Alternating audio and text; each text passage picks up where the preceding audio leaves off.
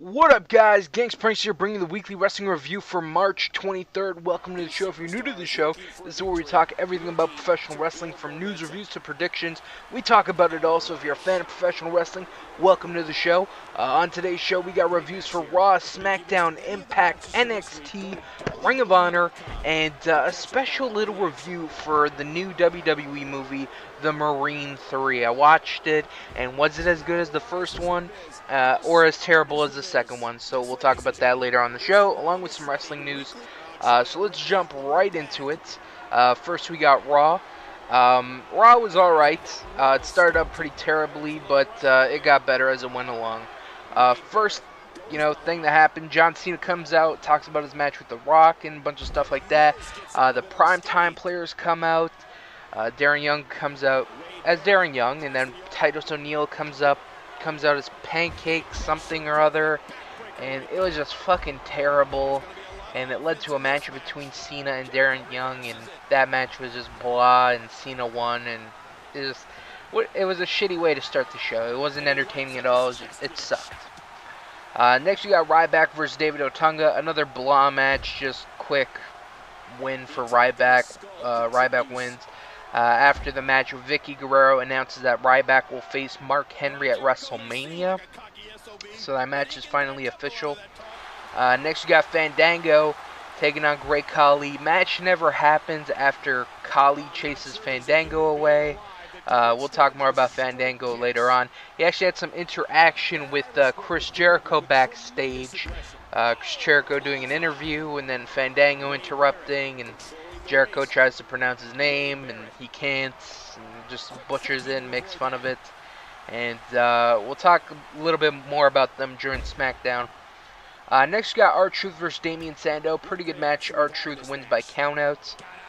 Next, we got The Undertaker comes out and demands the earn back from Punk. Punk appears on the Titantron mocking Paul Bearer. And he just pretty much says he's gonna beat the Undertaker. And while he's doing it, he's playing with the urn. He's throwing it under his leg, hooping it around his waist, bouncing it off his shoulder. It was awesome. It was really good. It was really well done. I enjoyed this. Next we got Epico and Primo taking on Team Hell No. Pretty good match. Hell No wins. Next we got Cody Rhodes taking on Alberto Del Rio. Good match. Del Rio wins. And during this match, I really noticed that Cody Rhodes, when he does that kick he does, I forgot what it's called. But he fucking does it, and it just looked so fucking beautiful. He did it on the outside. They were both on the outside. They went for a move, and then Cody just jumps off the barricade, whoosh, kick right in the face of Del Rio, and it just looks so smooth and fucking graceful. I gotta give props to Cody Rhodes. He did. I love that move when he does it. What else? After the match, Jack Swagger attacks Del Rio, and breaks Ricardo Rodriguez. Fucking, why am I butchering his name right now? Ricardo Rodriguez's ankle. It's because I was trying to pluralize it, and my brain was like, what the fuck? How do you pronounce this shit? So, yeah, that was that. Next, WWE has announced the next person for the Hall of Fame. That's Booker T. That's big. I don't know who's going to induct him. I think it might be Goldust, because their whole I love Booker T and Goldust when they were a team. That was fucking awesome. But I hope Goldust inducts Booker T. And I'm glad Booker T is in the Hall of Fame, because they actually went through most of his career, detailing the stuff in WCW with his brother, and the stuff they did previously, and then when he became a singles wrestler, came to WWE, had a lot of success, and that was just really good. Next we got Randy Orton and Sheamus taking on 3MB. Okay match. Orton and Sheamus win. After the match, the Shield tries to attack Sheamus and Orton. I almost called them Shorten, but Big Show came out and kind of backed him up. Next we got Kofi Kingston taking on Dolph Ziggler. Pretty good match. Ziggler wins. After the match, Hell No comes out and challenges Ziggler and Langston to a match. AJ says at WrestleMania for the tag title. So we have a tag team title match at WrestleMania. Biggie Langston, Dolph Ziggler taking on Team Hell No. This is actually an interesting match. Like, I don't know. I wouldn't figure them to, have a tag team title match against each other. But, with the whole AJ and her history with Kane and Daniel Bryan, I guess it makes sense. So, I definitely see Ziggler and Langston winning and breaking up Team Hell No. As much as I hate to see it, I think it's going to happen. Next, you got The Miz, Wade Barrett, and Chris Jericho in a three-way for the IC title. Good match. Barrett wins. Next, and last but not least, we have Triple H and Paul Heyman come out for a contract signing. Heyman tells Triple H to sign the contract, and then he will announce the stipulation. Triple H says it doesn't matter about the stipulation because he's going to kick Lesnar's ass. Heyman says something about Stephanie McMahon. Triple H beats him up, chops him, slaps him, throws him around, beats up security. And then he signs a contract, and then Lesnar comes out to help Heyman, and then Heyman announces that the stipulation is that Triple H's career is on the line in the match. No holds barred, and if Triple H loses, his career's over. Now, I really hate when they do this stipulation, because, it pretty much just say that Triple H is going to win. And, to be honest, another thing is, who gives a shit? Triple H barely wrestles, excuse me, Triple H barely wrestles anyways, so even if he loses and kicks Lesnar's ass, that's fine. Like, he barely wrestles anyways. Like, this is really a no big deal. But they're pretty much saying, hey, Triple H is gonna win. I hate this stipulation unless that person actually retires. Like, I think that stipulation was there for the Shawn Michaels Ric Flair match. I don't remember, and then Ric Flair, he actually retired, but we all knew that he would retire, but yeah.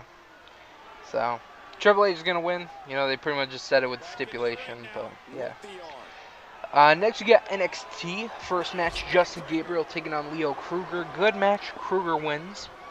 Next, we got William Regal's in the ring and calls out Cassius Ohno. Ohno comes out. They go back and forth. Ohno says he admired Regal and wanted to be like him. And they said some other stuff, and then it ends with Ohno saying that the only thing fans will remember about Regal is him kissing Vince's ass, and Regal slaps the dog shit out of him, and fucking and Ohno leaves. He's knocked to the ground, and he leaves. So I like the little thing that they're building here. I like William Regal, and I'd like to see him work with Cassius Ohno. And just the whole build-up for this match that's going to happen eventually, I'm excited for it. It's going to be a good one. Next, you got Paige taking on Bayley. Okay match, Paige wins. And last but not least, Luke Harper taking on Adrian Neville. This was a good match. Harper wins. After the match, the Wyatt family tries to attack Neville, but Bo Dallas and Oliver Gray make the save. Next, we got TNA Impact. It starts out with Hulk Hogan. He talks about Bully Ray betraying him and fooling him and all that stuff.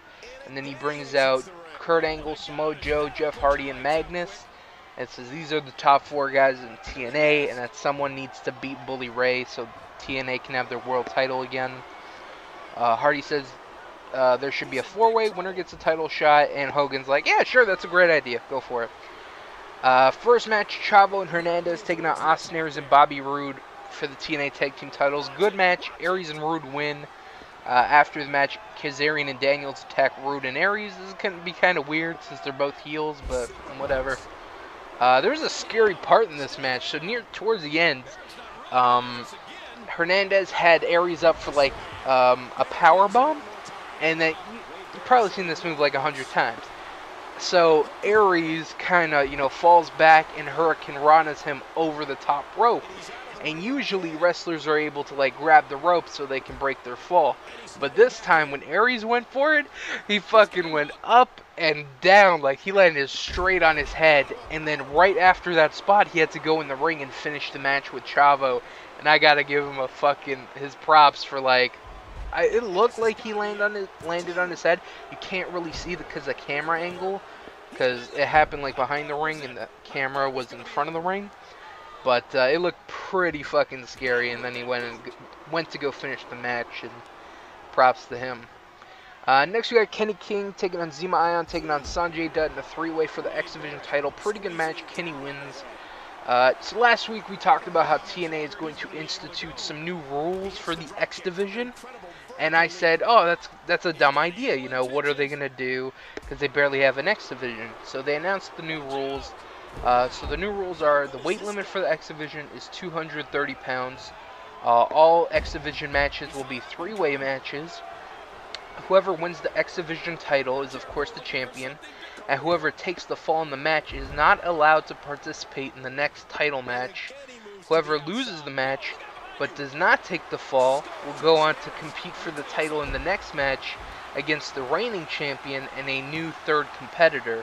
The third competitor is determined by a triple threat match, including the wrestler who took the fall in the title match and two other wrestlers. So, what a mindfuck there. So, all X Division matches are going to be triple threats now. It'll make for more, like, entertaining, fast-paced matches. But just in my opinion, TNA does not have the X Division to kind of do this stuff. They don't have, you know, because you got to have triple threat matches to determine the number one contender, and then the losers on the match, and you got to get a new guy, and blah, blah, blah, blah, blah.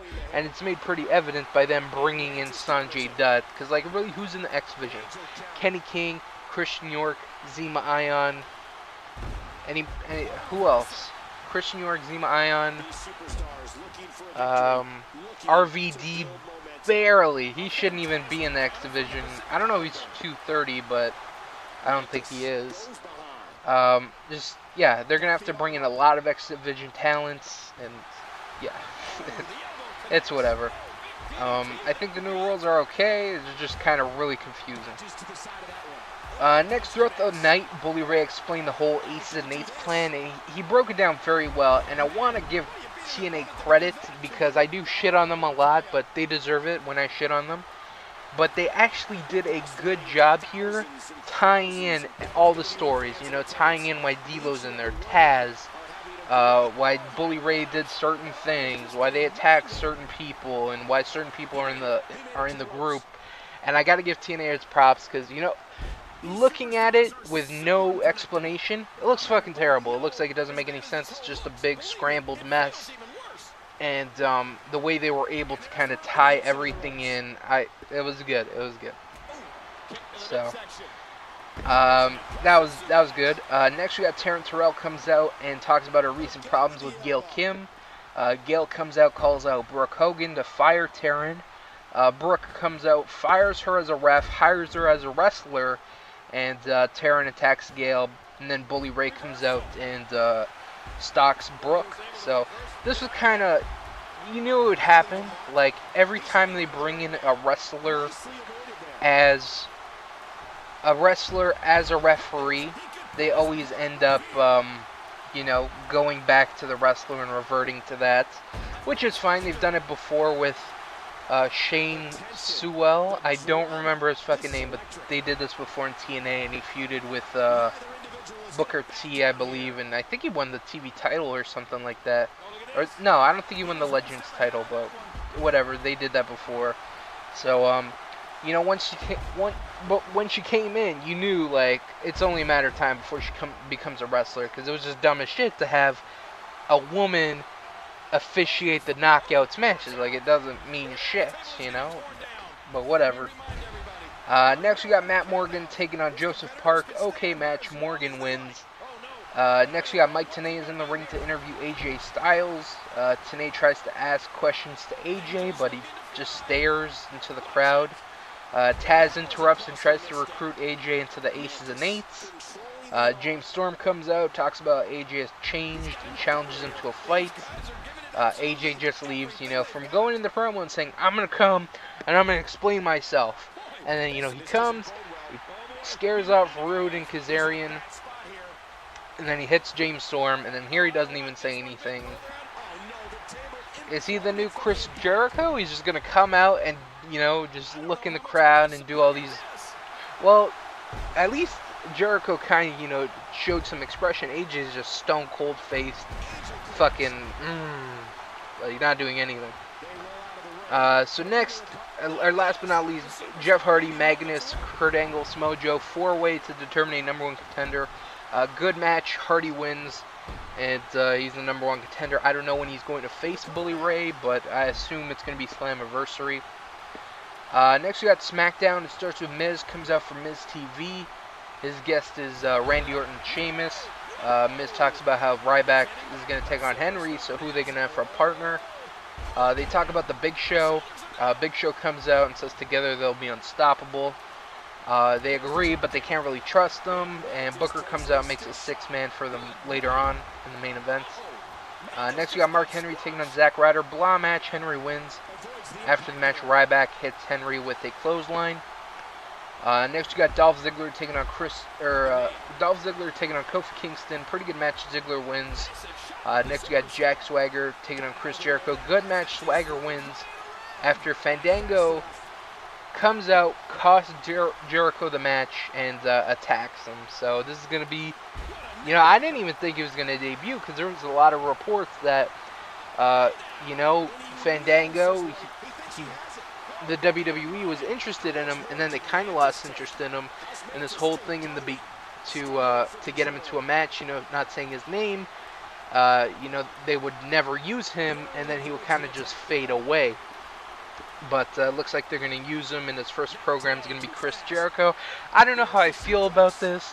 It's kind of big for a Fandango type guy, a fucking Chris Jericho, first ever undisputed champion.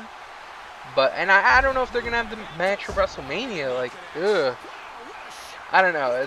I think it's too much for a character like Fandango.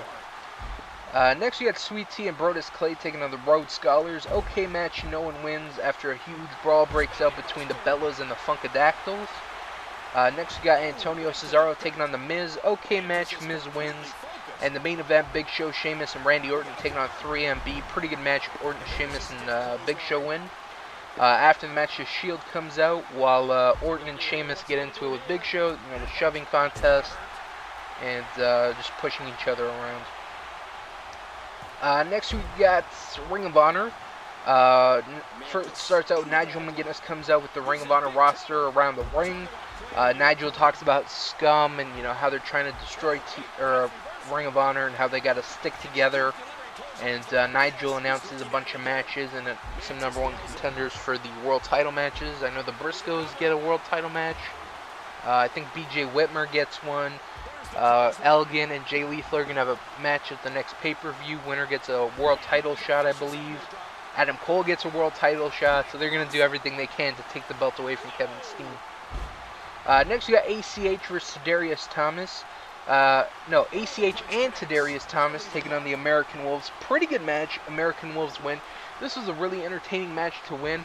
I really recommend checking out Ring of Honor for ACH. He is just really entertaining to watch. I can't really explain it. He does a lot of the fast-paced flying stuff, but I like that, but for some reason I like it a lot more with him doing it. I don't know, just it's entertaining for him to do it. I don't get it. I don't know. But I'm really turning into a big ACH fan. Next, we got BJ Whitmer taking on QT Marshall. Pretty good match. BJ wins. Next, we got a weird in-ring segment that I didn't really think belonged on the show. Like, it belonged, but not... Like, I'll talk about it. So Truth Martini and Matt Taven come out with some chicks. They make this really sexual. I don't know why. But basically, this was just to put Matt Taven over and kind of introduce him to the audience. Like, this is the TV champion. He's a big superstar in Ring of Honor. And I like the way they made it seem like, Ring of Honor is a TV show. He's your TV champion. So he's kind of a bigger deal than Kevin Steen. I like that a lot. But they made this, over sexual, they made it seem like, Taven was going to whip out his cock, but he had the belt shoved in his jeans. And I don't know how the fuck he did that. The belt was shoved in his jeans, and he kind of flipped it out. I don't know if it was under his sweater, but that was pretty ridiculous. And then he, the Truth Martini told the girls to, take off their pants. And it was okay, except for the whole sexual stuff. I would have enjoyed it more if there's the no chicks, and maybe, build towards the next contender for Taven. Hey, maybe Matt Hardy comes out. maybe Adam Cole comes out. That would have been good. Have Adam Cole come out and say, hey, you know, good match, I want my rematch. Matt Hardy comes out and says, hey, you know, I deserve a rematch. I'm going to beat Adam Cole for it. Maybe have a match next week. Adam Cole, Matt Hardy. They go to like a 20-minute limit draw. 3-way at the next pay-per-view. Have Matt Taven win. And bam, that's a huge win for him, beating Adam Cole and Matt Hardy in a fucking 3-way. That's just me. And last but not least, the main event, Jay Lethal and Roderick Strong. Pretty good match. Lethal wins. If you don't know how to watch Ring of Honor, what you want to do is you want to go to ROHWrestling.com, sign up for a free account, and you can watch the show there every Thursday. That's when they upload the new shows. So. Next, we got a review. I got a special movie review for the Marine 3. So, I watched the Marine 1. Let's talk about the history of the Marine. So, Marine 1 starred John Cena, and I think that was the first WWE Pictures film. And it wasn't bad. It wasn't a good movie, but it was like a decent movie. Like, you can watch once, maybe not ever again. The second one starred Ted DiBiase, which was really random, but yeah, whatever. And that movie was fucking terrible. I was only able to watch 30 minutes the most, because it was just so fucking awful. The acting, the explosions, everything was just fucking awful. And this new one, starting The Miz, Marine 3, Homefront, it wasn't that good either. If I had to rank them, I'd definitely put Cena's Marine, Marine 1, then Marine 3, and Marine 2. Marine 2 is just fucking terrible. Don't watch that. Marine 1's a decent movie to watch, a lot of action. Cena's good in it. With The Miz, I really didn't believe him to be this action star. Because when you look at him, you look like, wow, that guy is such a fucking douchebag. How could he be this awesome? And I couldn't really get into his action scenes and whatever. It just, I couldn't believe him to be this big action star. That was just me. Maybe you might watch it and you might get a different feeling watching it. But that's how I felt. I just thought it was just meh and really not believable. Other than that, really inconsistent, because they said that his niece was taken. Oh, the whole story for the movie. His niece is taken. It's supposed to be his niece, but they called her his sister. I don't fucking know. Anyway, she's taken. There's some fucking like terrorists in there. She witnesses a murder. They kidnap her. She fucking calls.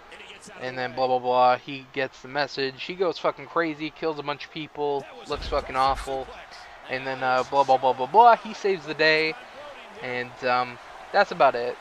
I wouldn't really recommend watching this. I watched it at a sync too, which didn't help the movie. It made it fucking awful, but I stood through it, and it wasn't that good of a movie.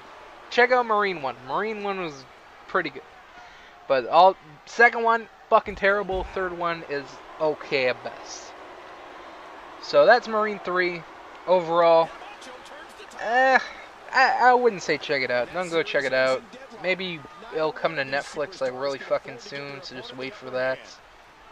Or find other ways of watching it. So yeah, next we got some wrestling news.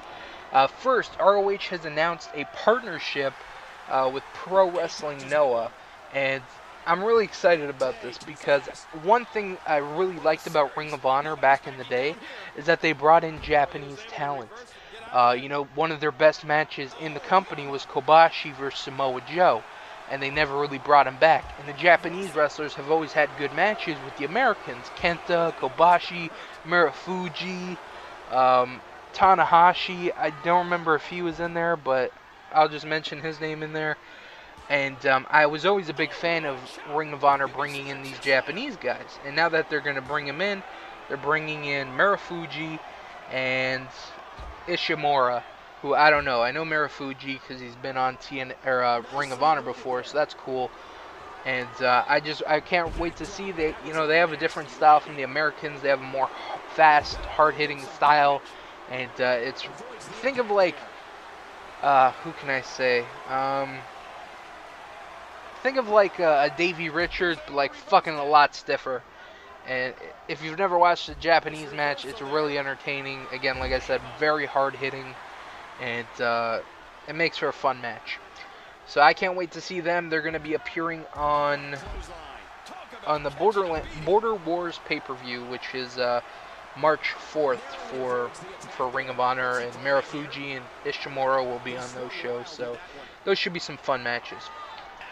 Next, we got Chris Masters was in the news lately, and a really cool story. So his mom was, I don't want to say she was kidnapped, but one of the neighbors went fucking crazy, barricaded her in the house, and I think set the house on fire. And then Chris Masters, he fucking ripped a tree out of the ground and fucking bashed in a window and saved his mom. And that is fucking cool as shit. Fucking Chris Masters, I don't care that he saved his mom. That's cool and shit, but the fact that he lifted a fucking tree out of the ground and fucking bashed in the house to save his mom, that is fucking awesome. You know, you always hear of these stories of like a mother who saw her kid under a car or some shit, and she gets superhuman strength and fucking is able to lift the car off the kid. A story like that, and this guy fucking bear hugs a tree, a 10-foot ficus tree, and he fucking ripped it out. It was crazy.